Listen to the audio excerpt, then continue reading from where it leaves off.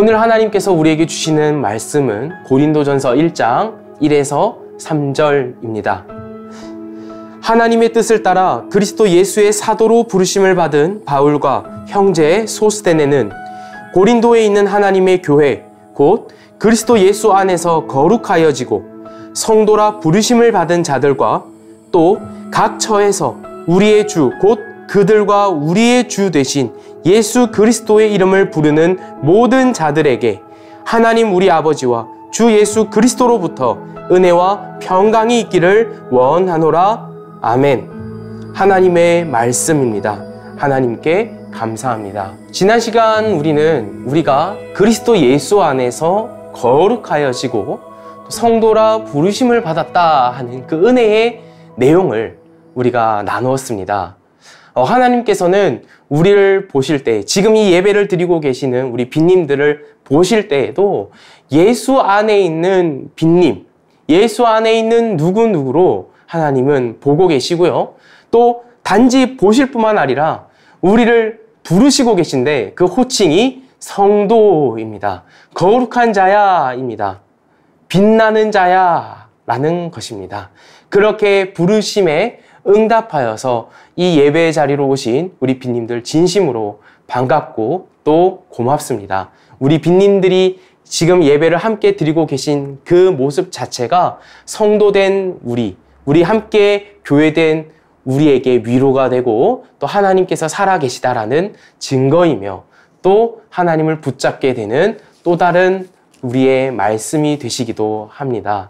감사합니다. 우리가 이 시간 우리가 함께 나눌 말씀은요, 각 처에서 우리의 주, 곧 그들과 우리의 주 되신 예수 그리스도의 이름을 부르는 모든 자들이라는 말씀입니다. 지난 시간까지는 하나님께서 우리를 부르신 것에 대하여서 나누었다면 오늘은 그 부르심에 대한 응답에 대한 모습, 우리의 모습, 우리 빈님들에 대한 모습에 대하여서 나누고자 합니다. 우리 빈님들은 하나님의 그 부르심에 응답하신 분들입니다. 오늘 말씀에 따르면 예수 그리스도의 이름을 부름으로써 하나님의 그 부르심에 응답하고 계신 것이죠. 이 마음속으로, 이 믿음으로 그 예수의 이름을 부르면서 응답하시기도 하지만 특별히 이 예배의 자리, 우리 맨 처음에 예배를 시작하며 무엇을 고백했습니까? 우리의 신앙을 사도신경으로서 고백을 했죠. 네, 그렇게 삼위 하나님께서 어떠한 분이신지 우리의 믿음을 그대로 고백했습니다.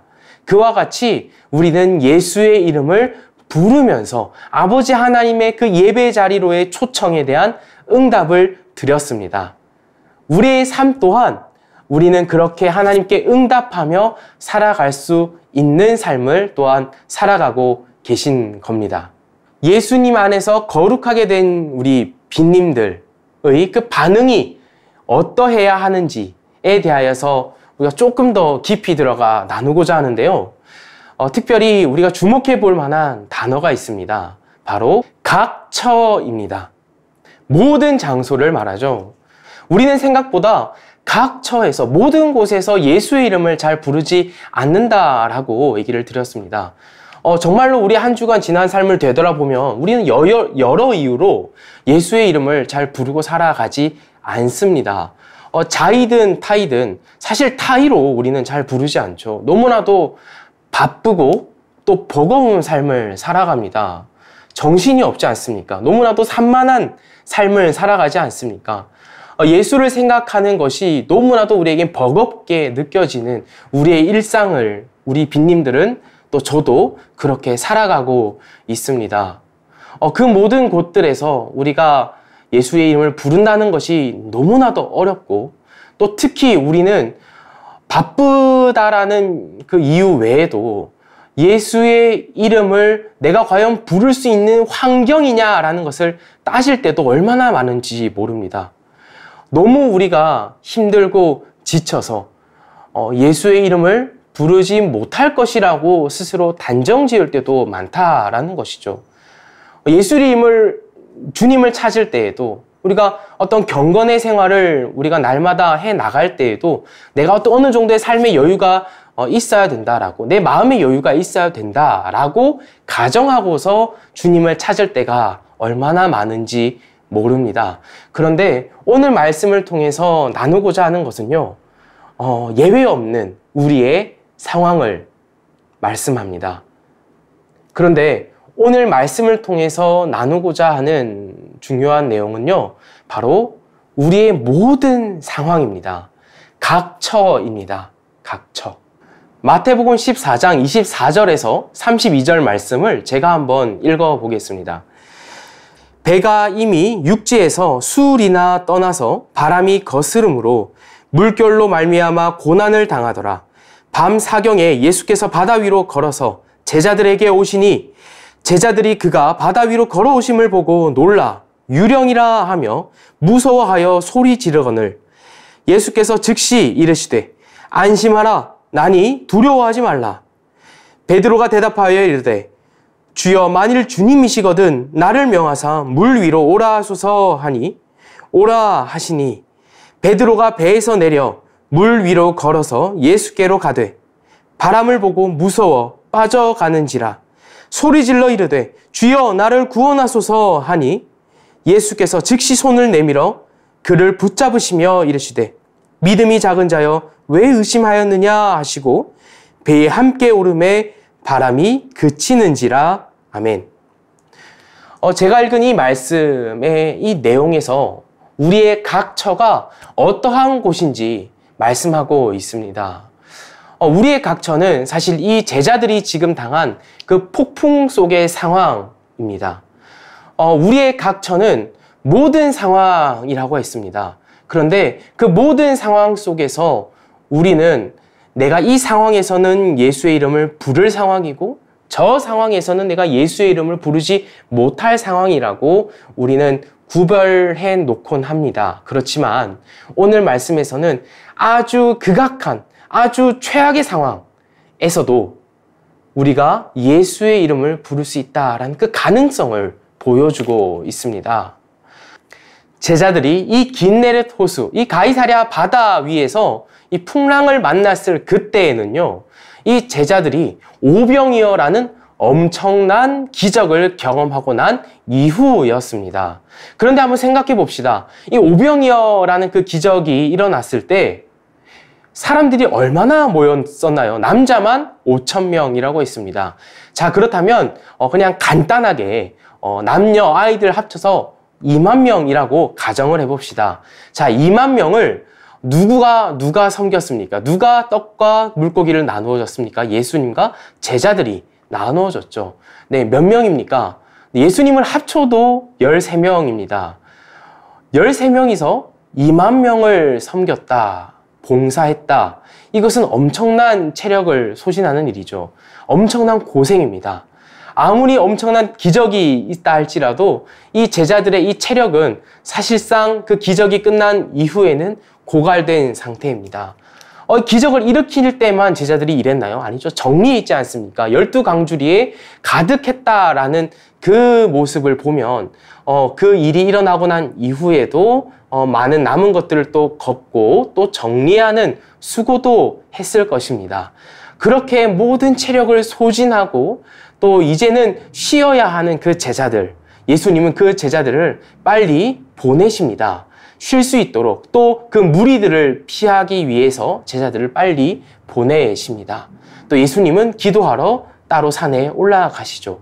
그런데 우리의 그 각처라는 상황이 이런 상황입니다. 항상 무언가 일이 닥치면 더 무언가 곧이어서 더 닥치는 그때일 때가 많습니다. 심지어는 주의 일을 했다라고 하면서 아주 내가 주님을 위해서 무언가를 섬기고 고생하여서 헌신하고 봉사했을 때, 그때 더 큰 고난이 닥쳐오곤 합니다. 예수님과 함께 그 수많은 모인 사람들을 섬기고 봉사한 이후에 그 체력이 고갈되었고 그 고생한 이후에 기진맥진하였을 텐데 그 제자들에게 풍랑이 닥칩니다. 생명의 위협을 느낄 만한 엄청난 폭풍이 몰아칩니다. 지금 제자들은 그 이전에 자신들이 경험했던 그 기적을 다 잊을 만큼 지금 생사를 생사를 걸고 분투하면서 바다 위에서 호수 위에서 씨름하고 있습니다. 그런데 그 제자들의 상황이 바로 각처라는 것입니다. 우리의 각처도 녹록지 않죠.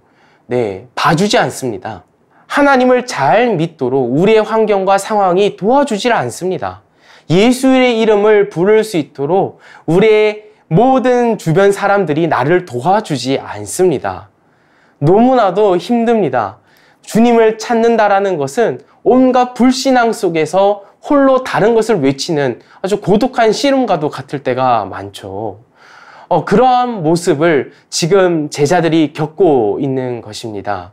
제자들은 폭풍 속에서 자신의 목숨을 부지하기 위해서 고군분투를 하고 있는 그때 저 멀리서 어떤 형체가 보입니다. 사람의 형체인데 그 사람의 형체는 흡사 예수님의 형체와도 비슷해 보입니다. 그런데 제자들은 그것을 예수님이라고 인정할 수가 없죠. 그 각처에서는, 그 장소에서는 제자들이 지금 경험하고 있는 그 폭풍 속에서는 예수님은 있을 수 없다라고 생각을 했기 때문입니다. 그리고 이 같은 결론을 내리고 이처럼 외칩니다. 유령이다 라고 말입니다. 제자들은 유령이라고 말할 수밖에 없었습니다. 왜? 그곳에는 예수님이 올 수 없기 때문입니다. 하지만 예수님은 그 제자들의 모습을 보시고 즉시 이렇게 말씀하십니다. 나다! 두려워하지 말라! 라고 말입니다. 예수님은 본인께서 이 폭풍우 중에도 계실 수 있는 분이다 라는 사실을 제자들이 알기를 원하셨습니다. 그리고 본인을 밝히 드러내 보이셨습니다. 어디서요? 폭풍우 속에서요. 그런데 이상하지 않습니까? 예수님은 폭풍우를 잠잠하게 하실 수 있는 분이시죠. 이 풍랑을 잠잠케 하실 수 있는 분이십니다. 그러면 풍랑을 잠잠케 하시고 얘들아 나야 내가 했어 나 예수님이야 라고 말하실 수도 있는 것인데 여전히 풍랑이 일고 폭풍우가 몰아치는 그 순간 속에서 예수님은 자신을 드러내십니다. 나다 두려워하지 말라 라고 말입니다. 예수님은 폭풍 속에서 자신을 드러내셨고 폭풍 속에서도 계실 수 있는 분이시다라는 것을 제자들에게 지금 가르치고 계신 겁니다. 지금 제자들의 상황은 최악의 상황입니다. 최악의 상황입니다. 모든 헌신과 섬김을 다하여서 모든 체력이 고갈되어 있는 상황 속에서 심지어 목숨을 부지해야 하는 이 생명의 위협을 당하는 순간까지 지금 이르렀습니다. 그곳에서 예수의 이름을 부를 수 없는, 예수를 보고서도 유령이라고 할 수밖에 없는 그 제자들의 모습을 볼 때에 마치 우리의 모습이 떠오르곤 합니다. 우리가 그와 같습니다. 우리는 마치 우리의 이 삶을 되돌아볼 때에, 우리의 삶을 살아갈 때에, 마치 우리가 이 삶을 살아갈 때에도 예수의 이름을 부르지 못할 상황이라고 생각할 때가 얼마나 많은지요. 예수님을 보고서도 유령이라고 말하는 그 제자들과 같이 예수님을 알아보지 못하는 때가 얼마나 많은지요. 그런데 그런 우리들에게 하나님께서는 지금 이 말씀을 주고 계시죠. 말씀하십니다. 나다. 두려워하지 말라. 나다. 두려워하지 말라. 직접 우리에게 자신을 드러내 보이셨습니다. 그리고 마태복음 본문에서 베드로가 예수님께로 가고자 합니다. 믿음으로 예수님을 향하여서 그 무리를 걸어서 가지만 곧이어서 그 베드로는 그 피부에 부딪히는 그 물결, 그 바람, 그 물보라, 그 소리, 그것에 그만 두려움을 느낄 수밖에 없었고 곧이어 그 바다로 빠져 들어가게 됩니다. 그런데 그때 베드로의 부름이 바로 우리의 부름이어야 한다라는 겁니다. 주여 나를 구원하소서라고 말하는 그 베드로의 그 부름이 바로 예수님의 부르심에 대한 우리의 응답이 되어야 합니다. 왜요? 예수님은 그곳에서도 계시기 때문입니다. 그 곧이어 빠져들어가는 그 베드로와 급하여서 예수님을 당장에 부를 수밖에 없는 그 다급한 외침, 그때 예수님께서 즉시로 그 베드로를 일으켜 세우시는 예수님의 모습. 우리 빛나는 교회에, 우리 샤이닝 처치에 우리 빛님들은요, 물에 빠져 들어가셔도 예수 앞에서 빠져 들어가시는 분이심을 기억하시기 바랍니다. 그리고 언제든지 주의 이름을 부르실 수 있는 분들이심을 반드시 기억하셔야 합니다. 예수님은 그곳에서도 계시는 분이시기 때문입니다. 예수님은 우리가 물에 빠져 들어가는 그 순간, 그 앞에도 항상 계시는 분이시고, 우리의 그 부름을 듣고 언제든지 즉시로 우리의 손을 잡아 일으켜 세우실 수 있는 분이 바로 우리 주님이시라는 사실 꼭 기억하시기 바랍니다. 바로 그곳이, 그 폭풍과 몰아치는 그곳이 우리가 살아가는 각처일 것입니다. 이보다 더 심한 각처는 없을 것입니다. 목숨의 위협을 느끼고 또 그 이전에는 내 모든 것을 소진하여서 기진맥진하였을지라도 우리 빛나는 우리 빈님들께서는 예수님을 부르실 수 있는 그곳에 계십니다. 왜요? 그곳은 예수님이 계시기 때문입니다. 왜요? 그곳에는 우리 주님이 항상 계시기 때문입니다. 우리 빈님들과 함께 계시기 때문입니다. 그래서 오늘 본문이 말하지 않습니까? 각 처에서 예수의 이름을 부르는 모든 자들이 바로 우리 교회라고 말입니다. 교회는요, 예수의 이름을 어디에서든지 부를 수 있는 사람들이 모인 곳입니다. 왜요? 하나님께서는 우리와 언제나 함께 하시기 때문입니다. 혹 우리 빈님들이 계신 그 상황을 두고서 주님을 찾지 못할 상황이라고 혹 지레짐작하신 적은 없으신지요? 지금 나의 마음 상태는 예수를 찾지 못하는 상태라고 스스로 단정 짓지는 않으셨는지요? 저도 그럴 때가 있었습니다. 네, 저도 그럴 때가 많습니다. 그런데 하나님께서는 그런 우리를 향하여서 지금 이 같은 말씀을 주고 계신 겁니다. 그 폭풍 속에도 예수가 계신데 지금 너의 상황 그곳에서 내가 잊지 못할 이유가 어디 있겠느냐라고 말이죠. 오늘 고린도전서의 말씀에서도 이렇게 말씀하십니다. 각 처에서 예수의 이름을 부를 수 있다라고요. 우리는 예수님을 부를 수 있는 사람들입니다. 왜요? 하나님이 예수님께서 우리와 함께 하고 계시기 때문입니다. 그 우리 빛나는 빈님들이 계신 그 각 처에 주님께서 함께 하시기 때문입니다. 그러니 우리가 주님을 함께 부릅시다. 주님을 부르시기 바랍니다. 지금 우리 빈님들이 처한 그 상황 그곳에서 주님을 부르시기 바랍니다. 주님을 찾으시기 바랍니다. 말씀으로 또 우리가 할 수 있는 그 어떠한 모든 것으로 주님을 찾기를 간절히 원합니다. 그곳에 주님께서 계실 거고요. 우리 빈님들이 혹 바다 밑으로 빠져들어가는 지경에 이르렀을지라도 우리가 주님을 찾을 그때에 주님께서는 우리 빈님들을 일으켜 세워주실 것입니다. 하나님의 말씀은 지금 우리와 함께 주님이 계시다.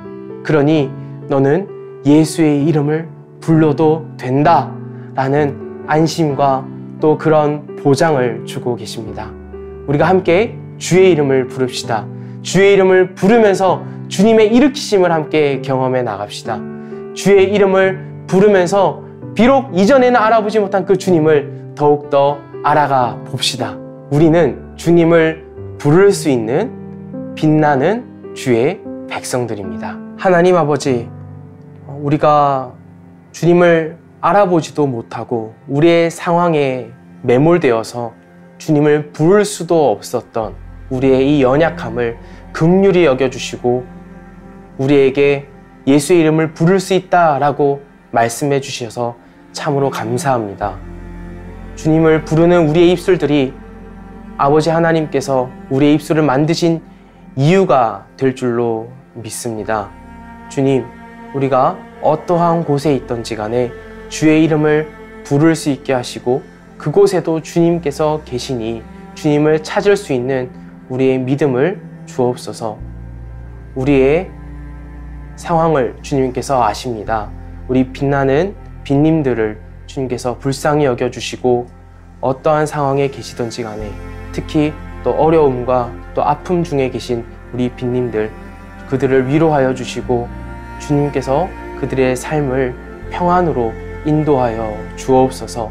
그 가운데서 주님을 부를 수 있도록 그리고 결국 그 모든 풍랑이 잠잠해지도록 주님, 우리의 삶을 주관하여 주옵소서. 우리가 한 주간 삶을 통하여서 예수의 이름을 부르며 살기를 원합니다. 예수님의 이름으로 기도합니다. 아멘. 하나님의 복을 받습니다. 주 예수 그리스도의 은혜와 하나님의 사랑과 성령 하나님의 교통하심이 우리 빈님들과 함께 있을 것입니다. 아멘.